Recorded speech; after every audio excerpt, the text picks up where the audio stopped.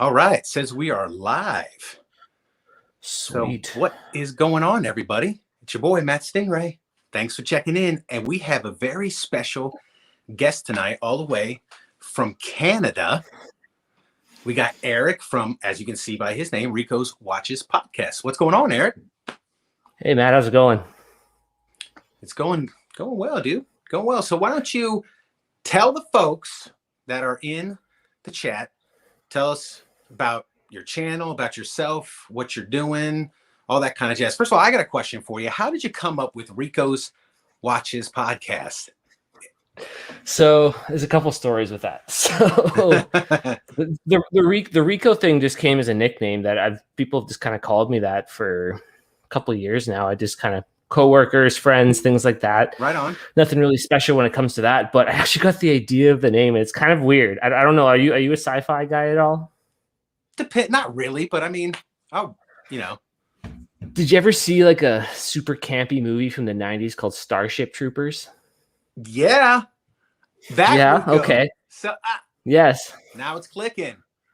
Rico's Roughnecks. So instead of Rico's Roughnecks, it's Rico's Watches. There you go. Right on. That's perfect, man. So that's Rico's your street name. That's your name when you're in the streets, right?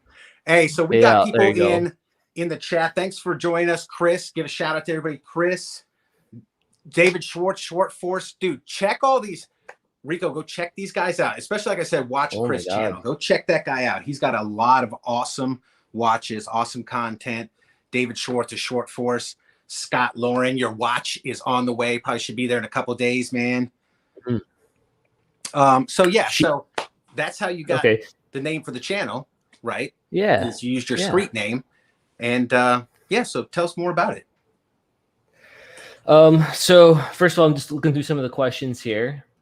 Sheepdog Overwatch. I'm over in Alberta, over in Edmonton. It's like minus 50 here today. It's what? Yeah. It's minus 50 with the wind chill today. Okay, is that Celsius? You guys go by Celsius, right? Yeah, Celsius. Yeah. So like it's like go outside and your nose falls off. Like that's cold, what it is. right? Yeah. It's officially cold. Yeah, it's cold. It's cold. Yes. And it's supposed to be like that all weekend. So our furnaces are working extra hard today. Right on. So which is okay. So I went to Canada one time in the 90s. Mm-hmm. It was on the West Coast. I was stationed in Washington State when I was in the Army. What's the huge wait? So is that Vancouver on that side, or is that Victoria? Way over on the West Coast. It was both a huge on the West city Coast. With V. Probably Vancouver. Yeah, it was just it was maybe an hour or so past up the north of the border. I think it was Vancouver. Went up there for a night, hit the clubs, all that kind of stuff. You could drink in Canada when you were 19 at that time. It's probably still that way. I don't know. It's 18, but I think BC is 19. Yeah. Okay. Yeah. So that was cool. Yeah. We weren't old enough in the States at that time. So, but so let's talk about your channel. What, how you start off. You do mostly Instagram podcasts, and you have a YouTube channel. What's going on with that? There's a lot of questions there. Okay. So I started out in about July or June of 2020. And I was just kind of like everyone else, stuck at home in one form of lockdown or another. Yep. Kind of not really a lot to do. And I mean, I've always been a big fan of watches, and I've been a watch collector since I was probably, 13, 14 years old. And so I was never big on social media. I never had a big social media presence. And I kind of thought, you know what, I'm just going to give it a try. So I'd had an old account where I tried doing like the inspirational posts and the motivational posts and all that stuff, just to try and encourage people. I don't know. I wanted to try it out because I thought it was the way to make $1 million on Instagram, right? And realized really quickly that wasn't really my thing. Wasn't super interested in it. It was actually quite a bit of work generating the content for it, unless you're just reposting other people's stuff. So it kind of just fizzled out. Gained a decent following. I think I had probably about 5,000 followers or something like that. Just I think so many people just kind of generically follow a bunch of those things. And it was kind of before the big algorithm change that like destroyed everyone's engagement on Instagram. So anyways, so I was like, you know what? I'll try it out. I love watches. I've always loved watches. I see these watch accounts. I follow them. Why not give it a try? So I actually changed the name of my old account, which used to be Inspire Success Daily is what it was called. Okay. And just changed the name, deleted all the photos, and basically just hit the reset button on the account. I took a picture of, I think my first shot ever was a Speedmaster, just my Speedy sitting on my wrist. And I just took a picture of it, posted it up, and people started liking it. Complete strangers started liking it, right? So I kind of had like a bit of a mass exodus from the account of followers because people, not necessarily interested in watches that were also interested, I guess, in cheesy, inspiring quotes. Yep. So when a lot of them left, but I was able to retain probably 2,500 followers or something like that. Right on. And after that, I just started posting and taking a picture. I tried to take a picture every day. Right. And I was really enjoying it. And I've started to just kind of get more engaged, meet a lot of cool people, a lot of sweet guys from the community, started chatting, having some conversations. One thing led to another, started a podcast. And here I am on your show now talking about my podcast. Welcome. So yeah, thank you. So the podcast is called Rico's Watches Podcast. My Instagram channel or Instagram page is at Rico's Watches Podcast. Okay. And my YouTube channel is Rico's Watches Podcast. So yeah, that's where you can find me for now. And we've had I've had about 3 guests on now. I'm booked up with guests pretty much all the way until April now. So I have no shortage of content coming the YouTube channel's way. I also uploaded on Spotify, Apple Music, Google Music, all that stuff as well too. So you can listen to it. You can listen to it if you prefer that when you're in the car instead of watching it on YouTube. My primary audience seems to be on YouTube so far. I do that with you ever heard of the Scottish Watches podcast? Yeah. Yeah, I've done that with them. I listen to their stuff. Although sometimes it's hard to understand when they get real heavy into the Scottish accent. I'm like, what did you say? But I listen to them. So yeah, I'll check yours out on Spotify. I do that all the time. Listen to podcasts while driving and stuff. So thank you. Yeah. And so far the reception has been awesome from the community. Like I said, I got no shortage of guests coming up anytime soon. I got some decent, like really high profile guests coming up. I have some brands that are interested as well too. So it's definitely growing quickly. I'm hoping to grow a really decent audience and kind of keep pushing it in the right direction. The dream one day is to turn it into my job, right? I would love nothing more than to just interview people from the watch community, talk with brands, talk with, the micro brands as well, because they're really still integrated quite a lot into the watch community at the ground level. It's awesome. I really love it. And like the whole point of the podcast, I guess I should explain that, is essentially there's all these different podcasts that do different things. They have conversations, they talk about industry news, they kind of go over the new events and things going on. And that's awesome. And I love that. And it's really a great way to stay informed. But I wanted to create a podcast that creates a platform where it's for collectors, right? I wanted collectors, whether they have 150 followers or they have 1.5 million followers, I wanted them to have a place where they could come, they could talk about their collection, talk about their experiences with the watch fam and the watch community. And same with the brands. I wanted to get some, giving new brands the opportunity to get off the ground and get themselves out there, and even just work with established brands as well too. I've had the opportunity to start organizing things like giveaways with these brands. So I'm able to use that as a platform to then give back to the watch fam with products and things like that as well. Yeah. Yeah. That's cool, man. Let me give a little shout out. Here's some of the channels. Everybody go check out Eric on Rico's Watches Podcast. Eric, check these guys out. There's some heavy hitters in here. Bobby Legs, go check his channel out. He's got a great channel. David Schwartz, Schwartz Force. He's got it. The Town Watch. Josh, what's up, Josh? What's going on, man? Shout out to Josh. Check those guys out, man. Average Joe Watch Reviews. Absolutely. I don't know if he's in here, but I hang out with those guys. They all got great content, great channels. But now that we got about 20 people in here, why don't we do a wristwatch check? What are you rocking tonight, Eric? Or Rico? I'm wearing Rico or Eric? Eric's fine. Everyone knows my name's Eric at this point. Okay, whatever you want. I'm wearing the Tudor Pelagos today. That's my my go-to. It's my favorite piece. It's the one I love to photograph. It's an amazing watch. It's a fantastic. It's a great watch. So here's a question. Yeah. You called it Pelagos. Is it Pelagos or is it Pelagos? Because I've heard it both ways. It's a question that people want answered. So maybe you should do a whole podcast about, is it Pelagos or Pelagos? Kind of like aluminum and aluminium. I think that one's been so it's aluminum, but so I wouldn't want to speculate, but my understanding is the word Pelagos is a Greek word meaning sea. Mm-hmm. So you would have to probably ask a Greek person, and they'll tell you the appropriate pronunciation. Are there any Greek people in the audience that know that answer? So any Greeks in the audience? Any Greeks in the audience that can answer that? But yeah, man, cool. So that's great. And you know, you and I were talking a little bit earlier in the thing, and I said it's a grind. You just got to keep with the grind and don't get discouraged. Keep pumping out content. Keep pumping that stuff out. So I got a couple of topics we discussed, and if I look away, I'm not being rude. I'm typing or I'm trying to answer some folks in the chat and stuff like that. And now I'm looking at topic number 2. If you are finished talking about your channel, if not, we can keep going on with that. But the only thing I'll say is if anyone wants to do any work together, anyone wants to collab, or if anybody wants to be a guest on the show, whether you're again big page, small page, whatever, you just want to talk about what you have in your collection, you want to talk about the watch fam, talk about your brand, whatever you want, shoot me an email at ricoswatchespodcast@gmail.com or hit me up on Instagram. I get back to DMs as fast as I possibly can unless I'm asleep. So that's basically it. So yeah, anybody's welcome on the show. Just touch base with me and I'll make it happen. Right on, man. Yeah, we like. I'll tell you one thing.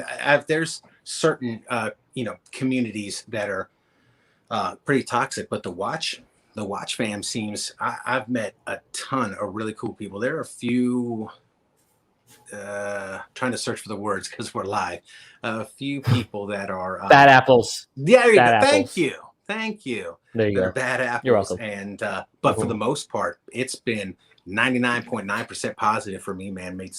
Met some great people, awesome people in this community. So let's talk about your collection. What are your favorite styles? Divers, dress watches, steel sports watches. What is your favorite style? What do you have? What are your favorite, I don't know, 6 pieces or what? Go ahead, talk about your collection and what are you into. Okay. So I generally like, the collection has changed a lot over time, right? Like I used to be a really big, almost exclusively an Omega guy. And then I kind of started to diversify into different things, try different things out. I got into vintage for a little bit, realized they're kind of a pain in the butt to take care of. That's why.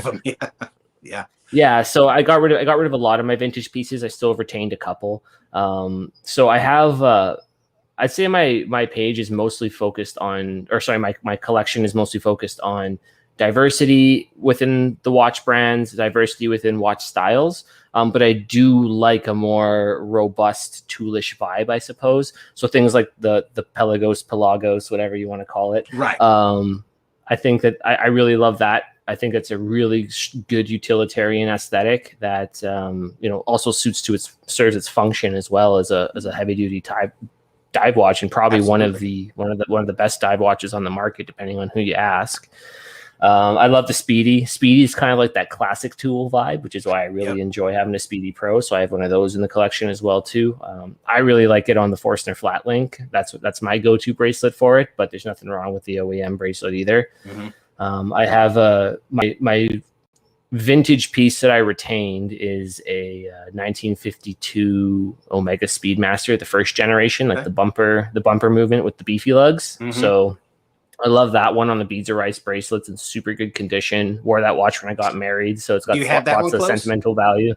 Yeah, I do. I'll dig it out of the watch roll here. And people are and not to slow you down, but people in the chat are asking, what am I rocking? I'm rocking the Rolex Milgauss, guys. Milgauss. Beautiful. Tonight. So yeah, let's check out that. I have an Omega too, man. I got an Omega Seamaster Professional 300 with the silver wave dots. Freaking great watch, man. Beautiful piece. Absolutely. Yeah. Is that like the one with the like the two-tone where it's like the silver dial with the blue hands and stuff? Yeah. Oh yeah. I tried that piece on in Vegas at the boutique, and it was I love that watch. It's beautiful. It's great. It's really nice. Watch. Really cool. Yeah. Yeah. This is my Seamaster. So this is the 1952. If the camera will focus here. It's struggling a little bit now. Focus better on the Pelagos, but anyways, it's in pretty good shape. And there you go, a little bit. Had it for a second there. It's in pretty good shape. There we go. Yeah, whatever. And yeah, I love it. It's a great piece, and it's in awesome condition, and I'm going to keep it forever. And yeah, that was the one you wore on your wedding day. Now, was it purchased for that specific day, or did you have it before? I had it before, but I bought it when I bought it around the time I got engaged, because I knew I wanted to have a nice vintage piece for the wedding. So I bought it a few months before the wedding. Yeah, but it's a beautiful piece. I really enjoyed that one. People are calling. Okay, so people are calling out for another wrist check in the chat. Wrist check. Okay, I'm Rolex Milgauss. You guys have seen this one, and he's got the Pelagos. Yep. That's what I got on. Tudor Pelagos. I love Tudor, man. I got a Black Bay. I got the one with the maroon bezel. It's a great watch. Beautiful, classic. The Pelagos is a little bit bigger, isn't it? And it's got the date. Or is it the same size with the date? So it's a 42 millimeter diameter because of the bezel. Okay. The actual case itself measures in at just about 40 millimeters. Okay. So it has a little overhang on the bezel for extra gripping, but the actual case wears closer to 40. It's got 22 millimeter bracelet. It does have a date as well, as you pointed out. So yeah. Okay. So to answer your questions about the collection, I kind of go for, like I said, a more like utilitarian tool kind of base look to it. But I like diversity of brands. So I got Omega, I got Tudor, I have Brew in here as well. I got a Brew Retromatic. Love that watch. It's a fantastic piece. Brew's an awesome company. I love kind of their approach where they do the small batches. So they got some really cool pieces for sure. Yeah.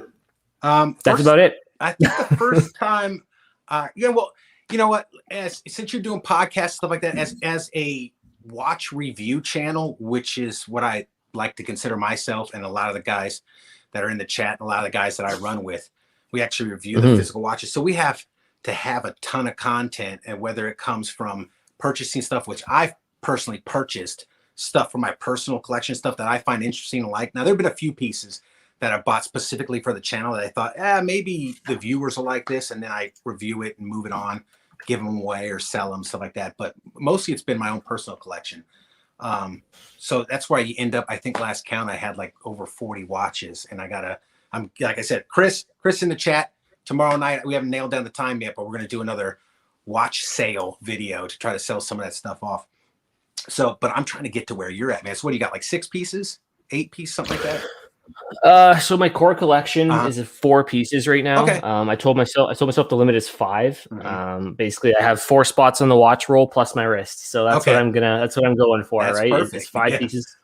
I think that lets me kind of enjoy wearing them all regularly, getting lots of use out of the pieces, and nothing really sits for long periods of time unworn that way, and I'm getting more appreciation out of the pieces. I used to have like just so many watches, and I started just consolidating them all. And what actually was kind of funny, once I started consolidating all the extra straps, all the extra pieces, all the stuff I had just sitting around, right? That's how I got the Speedy. I just got rid of all the stuff I didn't use, and I had enough for a Speedy. So goes to show. Same thing. I think I want to trim it down. I don't know if I'm going to go to 4, but right now I'm at the point where I want to go down to like 1 watch box, which I think the one I have holds 12. Okay. And then maybe good start from there. Yeah. And then maybe even go down from there. Cause you're right. You can't, although sometimes I wear 4 or 5 watches a day. So like, I don't know if you watch wearing habits. I don't know if you sleep with a watch on. I do. It's usually a G-Shock Square. So I can hit the light at 2 a.m. when I got to get up and go pee or whatever. And then, I'll get up in the morning, put a different watch. If I'm going actually into work, I'll wear 1 watch for the whole day. Where I can get home, I change the watch, I'll change another one. Sometimes 3, 4, 5 times a day, I'll wear a different watch. So I don't know. I might change it over. I might change it over once or something like that throughout the day. Or if I'm doing particularly laborious work, I might switch over to a G-Shock or something like that. Or I'll just take the watch off. But generally speaking, like kind of the watch I pick is the watch that I wear for a day or usually a few days in a row, and then I'll kind of mix it up. My 2 biggest heavy hitters are the Pelagos and the Speedy. I kind of like to switch between those the most. But once in a while, I like to mix in the Seamaster there if I'm going out for dinner or something like that. Back when you could still do that, and and the brew is just a cool piece. The brew was an impulse buy. I don't regret it at all, though. I absolutely love it. It's super unique. It's a really well made micro brand, and I just love I love the small batch approach that they have to their manufacturing of their pieces for sure. Yeah, absolutely. Those are, I think, the first. Maybe not the first place I heard of them, but the first real good video I saw on them was David Schwartz did a video on the brew. It was good video, and I was like, oh yeah, that's a cool watch.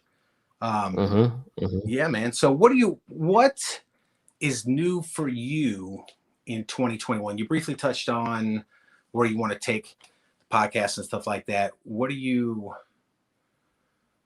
think? Where do you think it's going to go? What are you looking to achieve? So with the podcast, my hope is I can just continue to put out as much content as possible to kind of build a library for people to enjoy, kind of get the podcast out there as much as possible. Part of what I enjoy is the diversity of guests that I'm having on the podcast. So by having so many, that attracts sort of each guest sort of attracts an audience of their own. So I'm kind of finding that's working well in getting it out there and getting people to know about the podcast. Honestly, I just want to see the podcast grow. I want to see the YouTube page grow. I want to see the Instagram page grow. That's my goal. I don't really have any really heavy expectations for it at this point. Well, kind of like you said, I think we were talking about a little bit off screen. It takes about at least a year before you hit that 1,000 subscriber mark, and you're able to start to kind of get into the algorithm and get your stuff pushed out a little bit more by YouTube, and then kind of go from there. So that's my plan for now, is just keep growing it, try to meet as many people as possible. I love meeting all these people and working with all these guests and introducing myself to new people. I'm hoping I can partner up with some awesome brands that will hopefully attract an audience in themselves, and a lot of these brands, again, was part of what I do when I partner up with them. A lot of them will do giveaways and things like that. So I'm able to give back to the watch fam that way. Just by having them on the show, they'll kind of return the favor to me in one way or another. So that I really appreciate that as well. The dream eventually is that I could turn this into my full-time employment, and I can quit my job and come out and do this and just talk awesome to the people. Yeah, I would love to just do this for a living, just interview people, create content, just give the watch fam a voice. And I mean, with the probably a few million people that are in the watch fam, I don't think I'd ever run out of guests, hopefully. So it's absolutely. It'd be really cool. So that would be the dream. Maybe I could partner up with one of the big watch conglomerate groups out there or something like that. I know we were talking about TGV earlier. He got teamed up with Watchbox and stuff like that. So Fratello Watches, someone like that for me. I don't know, someone out there who just wants to hook up with a podcast and have a good host that wants to talk to the watch family. There's and an whatever. idea So I just had. You don't see, there are a few, like the Whitby Watch Company. Have you heard of them? They're Canadian. I've heard of them, yeah. There's not a lot of Canadian. You ought to represent, man. Represent the motherland. Go and get all them Canadian brands. Be like, hey, I'm Canadian. You're Canadian. You got a watch? I like watches. Let's talk. I have a few. I have York Front Watches is interested in coming on. They're a Canadian brand as well. Yeah, they're kind of just starting out, but they're pretty cool. They use Swiss movements. They have beautiful dial work. They're a really, really cool watch brand. Yeah, so there's quite a few watch companies and Canadian watch companies I'd like to work with as well too. Strapsco is as a partner of the YouTube channel or of the Rico's Watches podcast. Right. So they're actually Canadian. They're based out of Montreal. So kind of get to work with them. That's kind of cool. Yeah. So I mean, if anyone ever's looking for any awesome watch straps at an affordable price, they sent me some. I did a video on their stuff. They make good stuff. I had no clue they were out of Canada though. That's cool. Yeah, they're out of Montreal. But yeah, head over to their website. You can use my coupon code RICO10 and you'll get 10% off your entire order. So there you go. There's my little shameless plug for Strapsco. Yeah. Somebody in the I'm an old guy, so I can't see very well. So I gotta lean over and look. Sorry. Said Whitby pieces are really nice. I've seen them on Instagram, the Whitby Watch Company. There's also another channel out there. I mean, there's several channels out of Canada, but there's one called, I think it's Everyday Watch Guy. So he did a review on some of those. They look like nice watches. Yeah. So yeah, man. What excites you, or what are you looking forward to as far as like watch releases and stuff? You got anything on your radar that you're like, hey man, I'm waiting for that to come out? Or are you a big fan? You said you're a big Omega fan. What do you think about, here's one before you answer that question. What do you think about that ridiculously awesome Speedmaster, this new Snoopy one with the back? Have you seen it yet with the moon and the, where it moves across? rocket? Yeah. Come on, bro. It's cool. It's a unique complication. It's really neat. I think it's super cool. I definitely, it's not really anything that's on my list to go out and buy, but I can appreciate the work that went into that. I can appreciate it's a cool limited edition, and one of the more interesting limited editions. I think everyone's has a little bit of like a limited edition speedy fatigue when it comes to Omega, because there's always a new one every 3 months. As much as Seiko, it's like this, you gloss over like Seiko, another limited edition Seiko. We've done, Chris and Josh and Average Joe and I all did stuff on limited editions, and like Seiko puts out so many limited editions. Like, are they really limited editions? You're putting out so many. I know. It's just and I think like I don't know with the Snoopy. Didn't they say like is it actually a limited edition, or is it like a limited production? So you can anyone can go get one. You just have to order it, basically. Right. Yeah. And you know, like a lot of people made sense, and I've seen this in a lot of in this hobby and a lot of other hobbies. Everybody wants the new thing. Like when the new Rolexes came out and they increased the case size, the Submariner 41, but they thinned down the lugs, and every video you watch on that says they wear the exact same. But everybody, I've seen it. I've seen them on all the secondary, like Crown and Caliber, Chrono 24. They're dumping their watches from like 2019, 2020 to get the brand new one when it's essentially the same. And you're like, why are you doing that? Like, because everybody's got to have the brand new shiny. They got to be the first one on the block to have the brand new Rolex Submariner. So yeah, I think if you wait a year, maybe two, you can pick them up. You'll pick them up on the gray market. You'll pick them up used. The prices might go down, because I saw some stuff where they said those Omegas were selling on, people were trying to sell them on Chrono 24 for like 30 grand, and they go for about 10. Yeah. So you just wait, be patient. It's like that with everything, though, right? I mean, it's the people that gotta dump their 40 mil sub to get a 41. It's the same people who gotta dump their iPhone 10 to get the iPhone 10, whatever it is. Right. No, you're right. I have an iPhone 8. Like, I don't, I got a phone. It still works. That's all I care about, right? So, I mean, I'm not really part of that kind of part of the watch community that has to get the newest and the latest and greatest. But I can definitely, I can see that there's definitely people in the community who find value in that. And hey, if that's your passion and you got the money for it and you want to go ahead and do that, fill your boots. That's not my place to stop you from doing that. That's always kind of my philosophy with watch collecting in general, is do what works for you, right? Yeah, absolutely. 100%. But okay, then do what works for you. It kind of tipped off, gave me an idea to ask you a question about topics that we've talked about on live stream, that I've talked about with my homies and stuff like that. What is your opinion on like homage watches? You like them? Don't like them? What is your opinion on those? I would say, I mean, I've talked about this on a couple different appearances before. I talked about this with the SoCal guys. I think I touched on it with David Schwartz as well. Essentially, I think it's important for people to keep in mind that essentially over time, everything is almost an homage of something else, right?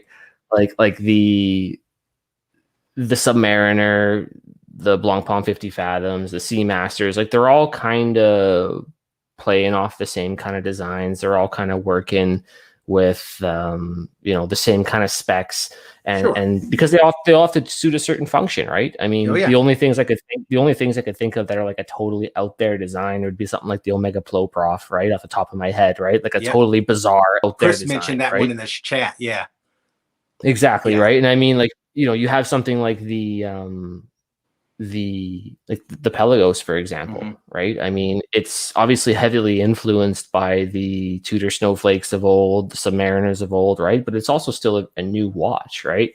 So when it comes to homage watches, like if you're talking like a San Martin on the lower end of the price scale, that's not really like my wheelhouse. So I think it's one of those things where, again, if you want it and it works for you and it makes you happy, go for it. Absolutely. I have a lot of problems where you run into the things like replicas. I don't really like replicas.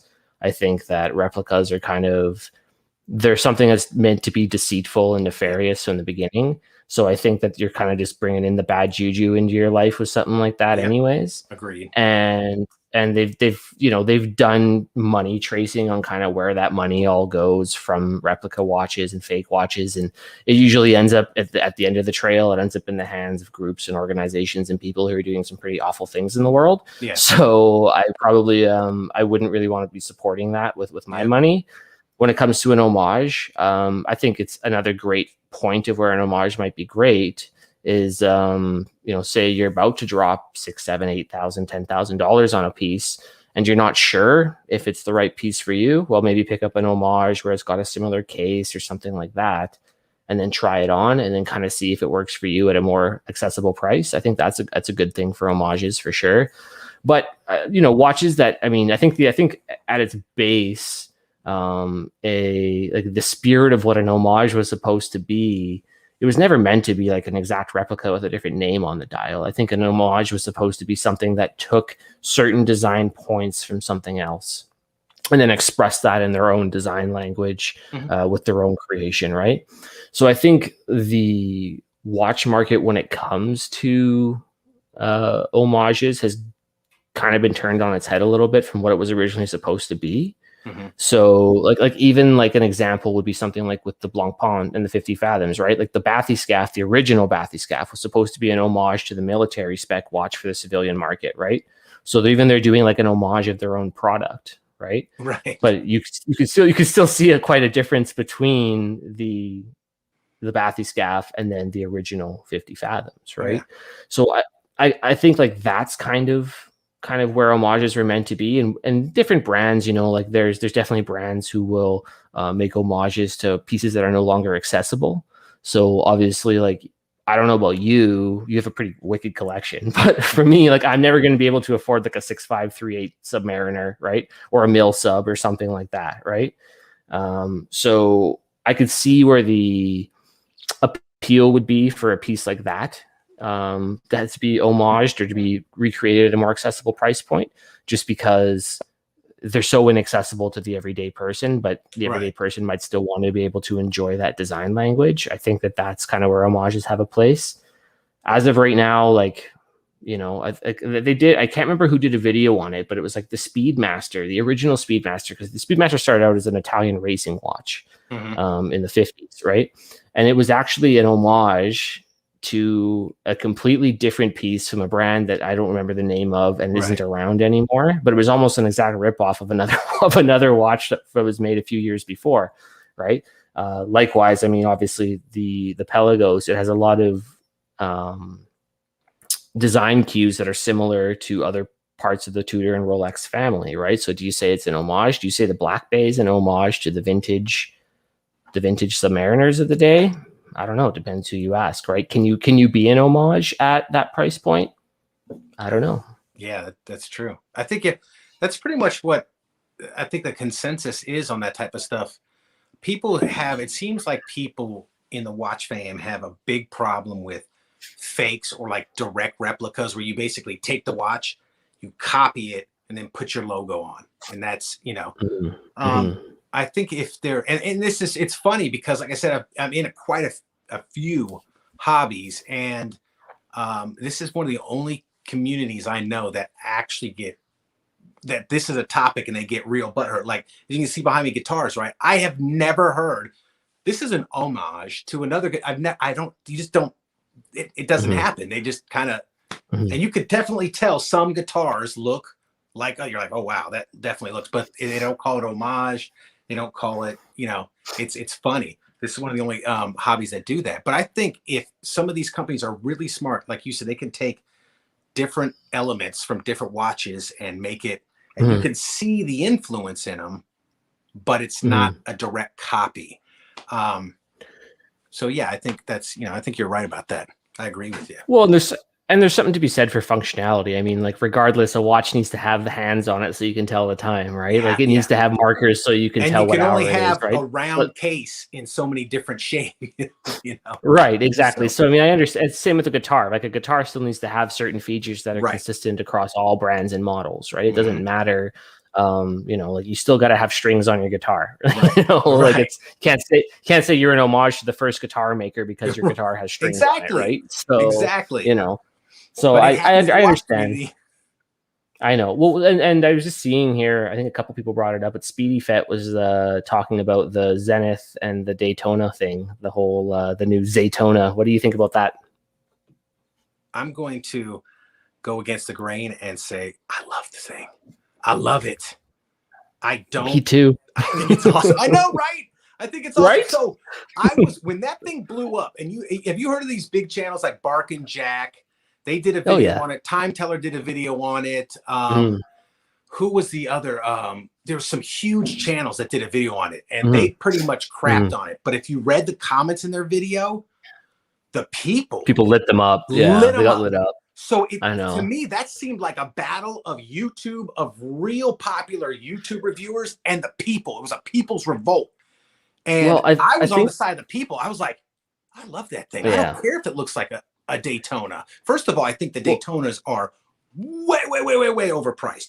We talked about this plenty of times, but let's talk about it again. You cannot get one at retail. You cannot. No. So you're going to be paying $20,000+ for that watch. That watch is not worth that. I'm sorry. I love Rolex, but it's not worth it.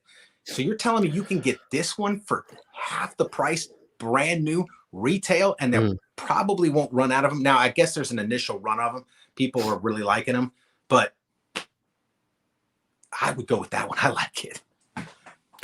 I think that there's a couple things when it comes to the whatever you want to call it, the Zaytona there. I think that the first thing to consider with it is guys like the Time Teller, guys like Bark and Jack, especially Bark and Jack. Adrian, from what I know of him in the watch fam, he's actually a really nice guy. Yeah. So I mean, I got nothing against him personally, but we all know he made it. Rolex is his bread and butter, right? Like, that's how he got the channel. Aside from his awesome like editing skills and filmography and all that stuff, like, and those close-up right, shots, like, he's beautiful. Exactly, right. Yeah. But I know, but his like Kermit, his Explorer, right? Like, that's his thing, right? He loves Rolex and he loves talking about Rolex. So I think at a certain degree, like, he has to defend kind of what provides him a living, right? Sure. And when it comes to the Time Teller, Jory, right? Yes, Jory. Yeah, so I haven't watched his stuff in a while, not because I have anything against him. I just haven't, I've been so busy with my own content now. I haven't really watched any. It's going to be hard. Exactly, right. Yeah.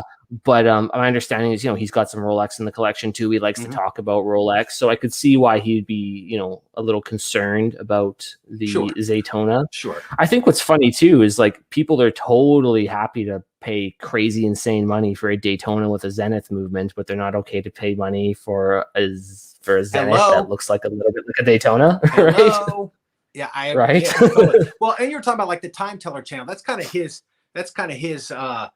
shtick, that's his niche, is kind of have sort of controversial and bash on some stuff.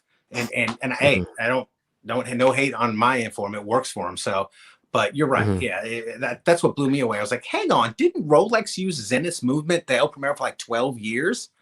But there's that, and it's also just like, I don't know. Like, I think to a certain degree, I mean, I don't know if there's probably not a way to bring up them here and show pictures of them while we're on the live stream, but they're similar, but they're not that similar. Like, I understand, like, they both had the ceramic tachymeter bezel or whatever. It's like, okay, well, a lot of companies are using ceramic now. That's nothing special. And a tachymeter needs to look a certain way in order to be functional. So, I mean, you can only have so many variations of something that still needs to be functional. And they're like, it's got pushers. And I'm like, all chronographs got pushers, bro. Exactly, now, right? they had the screw down pushers. and all, you could be Yeah, like, exactly. but it doesn't. So I don't know. Yeah, Well, I and agree. it's just like, I mean, like, so I know, and there's like a white dial. I think there's a black dial and a white dial version of the Zaytona. So similar, same as the Daytona, but it's like almost all brands that are doing chronographs have like a black dial version, white dial version, some other, like, again, so like when you actually, it's one of those like superficial arguments that when you start to pick it apart with actual facts and a little bit of knowledge of the history, you kind of realize that, you know, people are just complaining for the sake of something to complain about. Maybe they're bored during lockdown and need something to whine about. I don't know. That's probably what it is. And then also I like when people go, but it has 3 different, I dig the subdial colors, how they're different like that. But also I think there's an argument to said that people are saying there could be Rolex fatigue happening out there. Not saying the people that have significant incomes are going to continue to pay for those pieces, but people that are kind of in the middle and can afford a high-end luxury piece, let's say over $10,000, which is an insane amount of money to spend on a watch. So if you have over 10 grand, people are saying, I like that Zenith. I'm gonna go with the Zenith. I cannot, and some people are saying I can't afford to pay for a Daytona, but I don't want one. I can get a brand new Zenith for half price. I mean, really, it's no different than what Omega does with the Seamaster and the Submariner, right? I mean, at the end of the day, it's like, okay, so you're telling me I can essentially pay. I mean, I understand the new Rolexes are different quality level compared to like the older 5-digit ones and things like that. But this might not be a popular opinion. I don't know. In your opinion, do you think a stainless steel Submariner, a modern one, is worth, what are they going for right now? $14,000 or something like that? No. Exactly. So why would I pay for? Yes. Yes. I would knowingly take it in the rear end because the watch is that nice. Now, is it that much nicer than my Seamaster? No, it's not. I mean, I'll be honest with you. And as a matter of fact, the Seamaster, first of all, you can't see the movement on the back of the, not that that's important to everybody, but you can't see the movement on the back of the Submariner. You can the Seamaster. Right. Seamaster's anti-magnetic to 15,000 Gauss. Even the mil Gauss means 1,000 Gauss. That's all it means. It's basically old technology. They put a little iron shield, apparently, you know, where that one's got Faraday cage. Exactly. Yeah. Yeah. And the Omega's a beautiful watch. Beautiful watch. Yeah, and I think I told a whole story. I got to do a video on it. That was the very first luxury watch my wife bought me for Christmas 2019. And she went to an AD and bought it and paid full price, which was $5,200 plus tax, which was about $300. And now you're up to 55. And then they got her with a warranty. They're like, you want a warranty? $500. So it was $6,000 out the door. Where if you go on a gray market, like Joma shop and stuff, you can pick them up for around 48, maybe 40, mid 4,000. So it could have saved some money on that, but we didn't know. You don't know what you don't know. So we overpaid a little bit for it. But it is I will admit, it is every bit the watch as this Milgauss, if not better. And this one, I'll tell you about this one, was used. This was a pre-owned because you can't get them at ADs. The pre-owned, $9,400. So even though I paid full price at the AD, it was still $3,400 more. And I wagered to say that the Omega is a better watch, at least equal. Well, and I think, like, I mean, we're talking probably over like the next decade or a couple decades, and this might be an unpopular opinion as well, but I think if there's going to be a downfall of Rolex within the community, if, not when, if, it's going to be because of all these other brands that are moving in and filling that gap that Rolex is leaving behind. Because like Rolex is trying to make that push to be up there with Patek and Audemars Piguet, Vacheron, things like that, right? And I think where the issue lies with that at the end of the day is, Rolex, maybe the last year has been different because of COVID, but historically has made like $1 million a year, or sorry, 1 million watches a year, right? Yeah. They make a lot more than $1 million a year. But they make $1 million watches a year, right? $1 million a Whereas watch. I think Patek.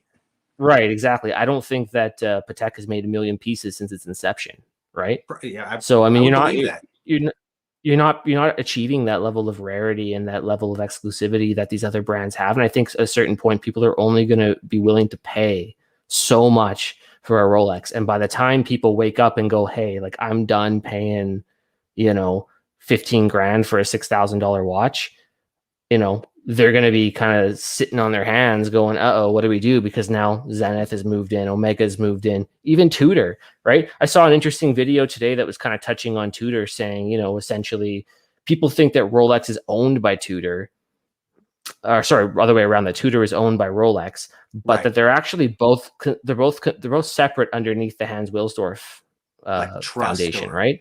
The foundation. Yeah, the Swiss Trust or whatever it is, right? Yeah. So they're actually completely different entities under the same foundation, right? So it's not like, they are both on the same side necessarily with everything that they do, right? So Tudor's just trying to do the best they can. Yep. And eventually I think they're going to be moving in as well and filling that gap that Rolex is having. I think you're already seeing that in some pieces. Are already starting to increase in value on the secondary market. Tudor's getting a ton of attention. They're really starting to expand out there, much like what Omega's been doing. Omega's been really aggressive in the last few years with their expansion into filling that Rolex. Right. Oh God, Grand Seiko. Like in Canada, they're still not big here at all. Out east, like over in Ontario, like Toronto area, Montreal, Quebec, those areas are starting to get it because they're like more of our metropolitan centers. Right. But I know in the States, like Grand Seiko's aggressively taking up some market from Rolex as well too. And you know what? Good. I mean, if you're gonna start treating us as the consumer and as the customers like crap, why would we continue to buy your product, right? And for the people who can and do and want to, great, right? I mean, I know you have some Rolexes and I know you love them, but I mean, I can love the product, but I don't necessarily need to love the company, right? Sure. Well, and that kind of, and here's the other thing too. I'm not jaded thinking that when I went into buying those, that I was getting part of the Holy Trinity or something like that.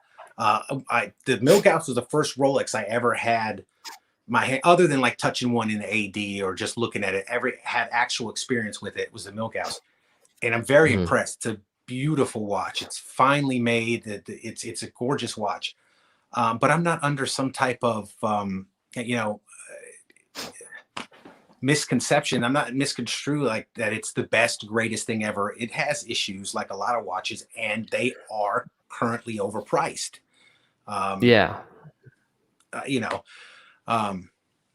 But dang, I forgot what I was going to ask you about turning the. I think I think the initial question before we went on this wicked side tangent was that you were asking me what I'm excited about for 2021, like from the watch industry, news I'm looking for, pieces I want to purchase, right? See, I was listening. There you go. So I, like I said, I don't really follow the latest and greatest. I kind of just follow what interests me and what captures my attention at the time. I'm currently right now not in a position to really buy anything, so I'm just kind of taking it easy and working on the podcast, enjoying the hobby in the content creation aspect of it, not so much in the procurement of pieces at this point. But if I'm lucky, I'm hoping maybe by the end of this year, moving into like 2022, maybe early 2022 as like a birthday purchase or something, I might try and pick up a new piece. If the missus will let me. I know she's in here somewhere watching. So if you can hear me, honey, please, pretty please. But the pieces I'm looking at right now that captured my interest, Blancpain 50 Fathoms Bathyscaphe, possibly. I'm definitely interested in a Panerai. I know Speedy Fett's saying a Pam 422, and same with Jeremy over at Timepiece Love. Jeremy's the one who converted me to Panerai, so I'm looking at like a 915, 1351, 422. If you're not a Pam guy, these numbers probably mean absolutely nothing to you, but they're all.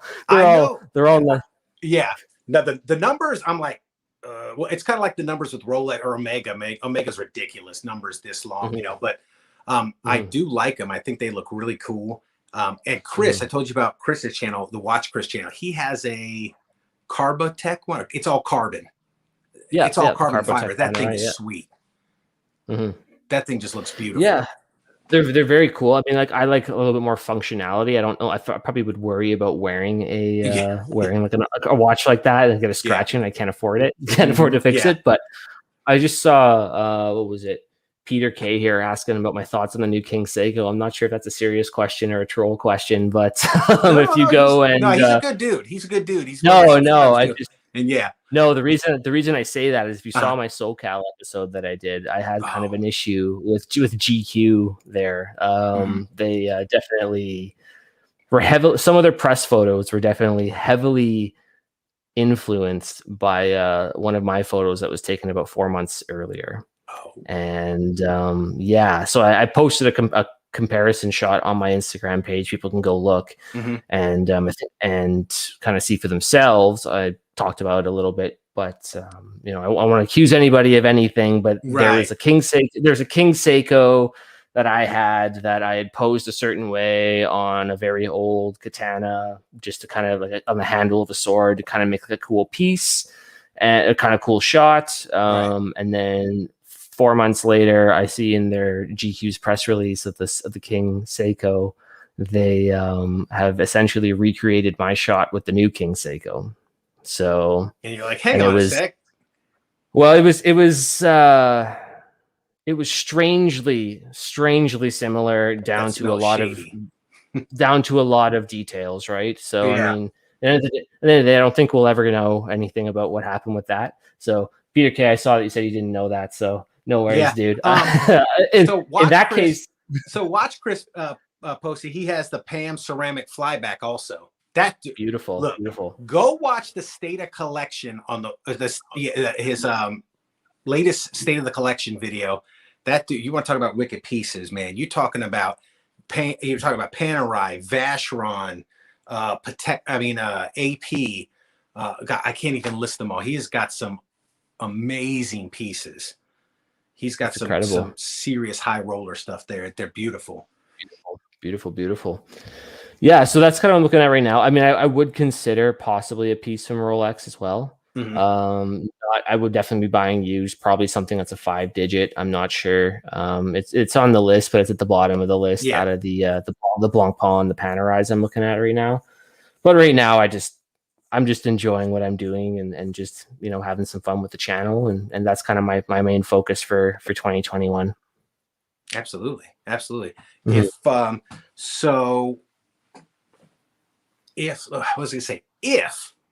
you had 10 grand to spend on a watch right now, which one would you buy? The Panerai? Yeah. Right now. Yeah. I'd go with, if I had 10 grand, I'd go buy a Panerai. I'd go buy a 915 for pay about probably 6 grand Canadian. Because we're talking your amazing American dollars, right? Yeah, right. Not my Monopoly money that I have up here. So I'd take that 10 grand, then I'd go on vacation, then I'd buy some straps, then I'd buy a Panerai. And don't forget to use the 10% off code when you buy your own straps. No. There you go. Yeah. No, it's I would definitely go for the Pam. I love like the 915 has those beautiful blackout hands that they put on it now. Some people don't like Fotina, but I think that Panerai does it really well on their sandwich dials. So it has a little bit of Fotina on it too. Just a nice, crisp, clean tool watch looking Panerai. It's got that DNA, as the Panaristi like to call it. It looks really neat. Or Panaristi, yeah. Panaristi, yeah. I got to be honest with you. I'm one of those guys. I can't do it. Just something about it. Because I think we all have a little bit of watch OCD in us. Sure. And I can't do the faux patina lume. Something about that yellow color lume. Just, I don't know what it is. There are watches out there. I forget which one it was. I think I saw one today. I was looking and I'm like, oh, that's awesome looking. Whoa, faux patina. Nope, never mind. So threw me off. I mean, it's one of those things where I think if it's on the right piece, I can forgive it, right? Like I know like the Seamaster 300 that they did, like the re-edition of the 300 that had the faux patina on the sandwich dial. They have their own sandwich dial, right? I thought it looked stunning. I think it's a beautiful piece. I think the 915 does it well. I think the 1351 does it well. The 1351 Panerai, if anyone wants to look it up right now while they're chatting, it's like it's titanium, so it's much more wearable. 44 millimeters, still 44 millimeters, so it's a little bit big, but titanium. Love titanium, obviously with the Tudor here. Sandwich dial to tobacco dial, so it's like a dark brown dial with like beautiful gold hands, and the just a slight little bit of patina on the loom, and or the faux tina on the loom. It looks amazing. Like it's a great looking watch, and so I think if it's done properly, it's forgivable. I guess it's like one of those things like homages, right? Like some people get really bothered by homages, some people get really bothered by fake patina, right? Or faux tina, right? So I think it just depends on, kind of like you said, we all have a little bit of OCD. We all have our little quirks and things that irk us a little bit. So yeah, that's kind of what I'm thinking right now. I love the 50 not lining up and stuff like that. Oh well, I mean, the bezels would be more annoying, but I think the chapter rings and stuff that don't line up. Like I think you almost got to expect that, right? It's like winning I remember like I think I've owned in my lifetime like 4 or 5 SKX 007s, and the last one I sold, it was like winning the lotto, man. Like literally, like bezel lined up, perfect chapter ring, and it kept time, no lie, to within 1 second of a day. Yeah. I got like unicorn. The most. I should have charged double for it when I sold it. Yeah. Regardless, it was a cool piece. It was really nice. So there are little pieces like that out there that are pretty cool too. But yeah. So speaking of Seiko, I just had this thought. Speaking of Seiko, and I might get roasted for this. Well, I'll ask you first. What are your thoughts on that? The Captain Willard, or those style of, I guess is the King Seiko like that too, with those style cases? The Captain Willard, they look kind of like a flat pancake style. Yeah, like the asymmetrical cases you're talking about? Or? They're like, I guess they're kind of like a cushion case? Huh? A cushion case? Yeah, the cushion case. Not like the SKX, but yeah, like the turtle and things like that. Yeah. Thank you, turtle. That's it. Stuff like that. Yeah, I hate those things, man. Why? I just think for some reason I can't get it out of my head. I look at it and I see. Have you ever seen an air compressor for like the air guns, nail guns, the ones they call pancake compressors, and they look flat kind of? Yeah. Every time I look at that sucker, I think the case looks like a pancake compressor, air compressor, and I can't get it out of my head. And I'm looking at it, I'm like, I don't like the shape case on that sucker. Did you have like a freak accident with an air compressor or something? No. I don't. But the first one I saw, I was like, oh, air compressor. I don't like that. So I don't mind them. The reason I don't mind them is I think they're kind of cool and retro. So I kind of dig that vibe. Okay. And second of all, generally what I find is, particularly with Seikos, is that their cushion cases, while they do kind of wear large, they with regards to diameter, they usually have a quite short lug to lug. Yeah. So I find them very wearable, and I think they're super cool. So I personally would have no issue having one. I had a turtle. I gave it to my father. Okay. I've owned a couple like 6309s over the years and stuff too. I think they're super neat as well. I would probably get one again if I, kind of had money just to kind of throw it a watch. I would love to have a cool. I'd love to have a custom one. That's what I love about Seiko, is the customization market, and some of the guys that are out there doing some really cool stuff. Yeah. So like the only Seiko I have right now is a Seiko 5 I got from my father. And that's it. I got rid of all my divers and things like that. But I would either really like to get like a vintage Grand Seiko, or I would love to get my hands on a custom Seiko Turtle, SKX, something like that. Just something unique. It's a one-off, something that's like unique to me or unique to the channel. That's like, like I really would enjoy something like that. Something that's like just from the watch fam, kind of a cool little inside secret between me and them, but that would be a cool piece to get my hands on one day. But so other than that, yeah, I think I have 3, 4 Seikos maybe. So I have an Alpinist. I got the SARB 017 that I threw on a strap code metal bracelet that took it to a whole nother level. That's a great watch. It's a gorgeous watch. I have Seiko Samurai in orange, and I love that watch. That thing's awesome. My wife bought me one, SCC 637, I think it's called. It's like a chronograph, and it was like some kind of NASCAR racer limited edition, special edition. She didn't know what she was buying. It was cool though. She liked the colors on it. Like, yeah, it's cool. And I think I got another Seiko Solar watch. Maybe I like Seiko, man. But it's almost like you have to, like we're saying, you have to expect the mushy. To me, when you turn the bezel on some of the dive watch, they feel kind of mushy as compared to like, I don't know if your Pelagos is like my Black Bay. Is it 60 click or is it 120? Pelagos is 60 click, and they have the special okay. detent at the 60 at the 12 o'clock marker where it's like that extra heavy click, so you know it's back at 12. Right. So my Black Bay is the same way. It's 60, and they are tactile and they are significant. It snaps into place almost. Feels great. Right. I don't know if that's coming through, right? Yeah. So the Seikos always feel kind of mushy to me. They're just kind of like meh, and But that's the way they are. I actually I appreciate what Seiko was. Like if you were like a soldier in Vietnam and you went to the PX and you needed a piece that was gonna, like, at the end of the day, yeah, you might have had a mushy bezel. Yeah, it might not be the prettiest, but I'm pretty sure you could guarantee that Seiko was going to do what it needed to do, regardless of the conditions you put it through, right? Sure. And I think with those big chunky cases, like on the Willard or the Turtle, the 6105s, they part of the appeal to those was they were also like they're protecting the mechanism inside the watch with that much steel, right? I mean, you have that much steel on your wrist, you can ding that thing, knock it, you can take a hacksaw to it, and if you could go pretty far before you hit anything that you're actually going to damage, right? So it's I think that they have their place. I think now, like, it's like a lot of things in the watch market where people are just appealed to the re-editions of the vintage pieces, right? I think that vintage appeal is kind of where they're going with it. Now, for you, I was wondering, what are your thoughts on like where Seiko's going with their pricing? Because I mean, I haven't bought a new Seiko in a while. The last Seiko I had was the Turtle, and it kind of had, in my opinion, only slightly better quality than like the SKX before it, right? Yeah. But I noticed now they're starting to ask quite a bit of money for their pieces, and asking quite a bit of money within the Seiko world anyways.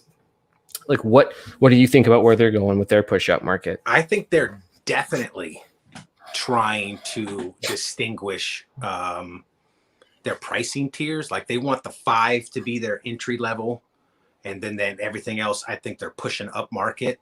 But it seems like a lot of vibe, and you talk to some of the YouTubers and people in the chats, the vibe they're getting is they're still getting the same quality. So with that price increase, they haven't increased quality, and they haven't increased the materials. Like everybody's screaming. I think the first thing a lot of people do when they mod a Seiko is throw a sapphire crystal in there. Yeah. Seiko still doesn't do that for a lot of their models. And they're like, wait, if you're pushing up market and you're charging us more, I think that might have been one of the appeals of Seiko, is that you could pick up. I mean, I heard back in the day, 4 or 5 years ago, whatever, you could pick up a SARB 017, an Alpinist or something like that for $250. They discontinued it. I had to pay, I think I paid $450 for that watch. I think it's worth it. And I mean, the people that paid $250 would say I'm out of my mind, but I think it's a great watch. The strap kind of sucked, so I threw an aftermarket, steel bracelet on it, and it's a great watch. So I think they're definitely trying to distinguish, their tiers of their watches. But with in relation to like what you mentioned with Rolex, that leaves open a window for like Orient, their sister company or whatever. Orient making some great value price watches for the money. That gives them room to move in. I do have a kind of a Seiko. I guess it's technically a Seiko homage of the SKX. It's an Islander. Have you ever heard of Island watches? Yep. The Islander ISL 10, I think it is. It's a white dial with a light blue bezel. It's a gorgeous, but it's got a sapphire. Yeah, sapphire bezel, sapphire crystal. Everything is loomed. It's got a solid link bracelet, solid in links, held together with screws. It's got everything that people complained about. That guy Mark from Long Island Watch, he nailed it. He's nailing it with his watches. Everything people have complaints about with the SKX, he put into his watch and fixed it. And threw it out there for $289. I think I paid for that one. So, and it's a great watch. Yeah, it's a great watch. But I guess technically it's an homage. Now that I think about it. It is, but again, he's an homage, but it's someone who's filling the gap for something that isn't there anymore. Yeah, right? It's discontinued. That's true. Yeah. Right. So it's discontinued. You can't, I'm sure there's no shortage of SKXs out there, right. But I mean, if you can get one that's, only, around the same price, and it fixes all the problems with the other ones, and it's a cool watch, and you're supporting someone from the watch community, slam dunk for me, right? I don't think there's anything wrong with that. No. Definitely. So yeah, man, we're about an hour. We're at about an hour. So it's been great fun, man. We should close it out. Hey guys, if you are in the chat and you're not subscribed to Rico's Roughnecks, to Rico or myself, hey, do us a favor, give us a subscribe. Watch this video. Like, go check out all his stuff on Instagram if you want to give all your info. But 1 second, Justin, how you digging that? I think Justin EDC is in the chat. I sold him a Seagull 1963. You seen that watch? The little chronograph. It's a cool little watch, man. Yeah, absolutely. Lots of history. Yeah, they're cool. They're kind of cool. But yeah, man, give us all your info again. And absolutely. You can hit me up at Instagram under Rico's Watches Podcast. I post daily pictures, doing tons of giveaways all the time. I just closed one today. I'm going to be opening or announcing another one next week. And if you could hit me up on YouTube as well, same thing, Rico's Watches Podcast. I only have a few episodes up, but I'm shooting, I think, 5 guests in the next 4 days. So I'll be getting more episodes up soon. And I'm going to try and get going to be trying to get 1 or 2 videos up every week from here on out, just talking with different people from the watch fam, different guests, giving everyone an opportunity to say their piece, talk about their collections, talk about their passion in the community and in this hobby, right? I think that's definitely something I want to do. It's my vision for the podcast, is give you guys a platform to talk about what you love and your collections that you're passionate about, big or small, whether you collect Rolexes or you collect Timex, whatever you want to talk about. Absolutely. And finally, if you want to be on the show, you can hit me up through Instagram. Just send me a DM, or likewise, you can also send me an email at ricoswatchespodcast@gmail.com. And that's it. Thanks so much for having me on, man. I absolutely appreciate it. It's been awesome. This is super cool. No, it was cool, had a great time. So everybody go and check out Eric at Rico's Watches Podcast, like he said. And if you don't know who I am, I'm Matt Stingray. Not my real last name, but I run the Rock the Watch channel. Hey, check me out. If you like me, give me a subscribe. I got some new stuff coming your way. Epic watch unboxing coming soon. Probably the greatest unboxing ever. Just kidding. So check me out, man. And thanks for coming on, Eric. And we'll see you all next time. Absolutely. Thank you. And thank you to all your wonderful guests as well. No problem, man. Later. See you.